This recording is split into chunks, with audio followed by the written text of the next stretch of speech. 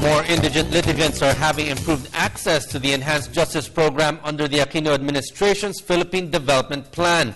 This is being done through the Public Attorney's Office. Jail visitations by PAO officials are being made to cater not only to the legal needs of poor litigants, but also to give them medical attention.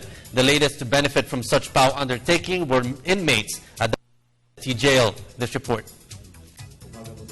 In line with President Aquino's directive to provide justice and humane treatment even to those who committed crimes, the Public Attorney's Office, an independent and autonomous agency attached to the Department of Justice, executes different programs to alleviate the suffering of prisoners. The agency visited the maximum and medium security compound of the new Bilibid prison in Muntinlupa City to conduct their legal, medical, dental, optical jail visitation and decongestion program. This aims to improve the quality of living of inmates inside the prison cells. According to Chief Public Attorney Persida Rueda Acosta, the program also seeks to decrease the mortality rate inside the correctional. Napakahalaga nito dahil nung araw ang taas ng mortality rate ng mga namamatay sa kulungan. Pero dahil sa awareness na kailangan na bantayan din ang kalusugan nila at kampanya, tulong-tulong ang mga agencies at departments, ayan, nababawasan yung mga namamatay sa kulungan. Attorney Acosta also added that the program started out in 2007 but intensified during the Aquino administration.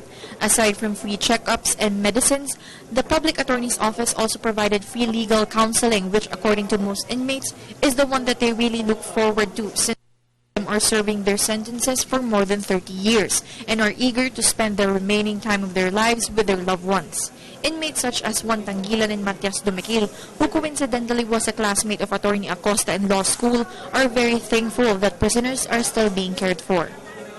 Para sa akin at para sa amin po lahat, malaking pasasalamat po namin po dahil bahagi ito ng pagtulong po ninyo sa amin, lalong-lalo po sa amin mga kapuspalad po rito sa maximum po.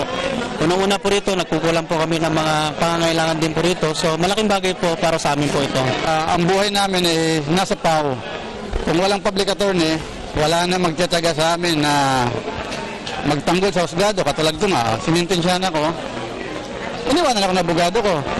O wala na kami pupuntahan kundi public attorney lamang. Kaya napakaswerte namin na mayroong masipag na Persida Acosta. Lagi namin pinagpapasalamat yan, lalo't lalo na ngayon na mayroong batas, yung R18592, na nagbibigay ng good conduct time allowance, no, para lalong bumait yung mga tao dito, mabawasan. So, PAO din ang aming sasandalan yan para ma-implementa yan. Kasi hinihintay pa rin namin yung mga implementing rules and regulation. Thousands of inmates from across the country are able to benefit from this program since it started out in 2007. Meanwhile, Attorney Acosta promised that they will continue to provide the service. Reporting for the People's Television, Sam Ramirez.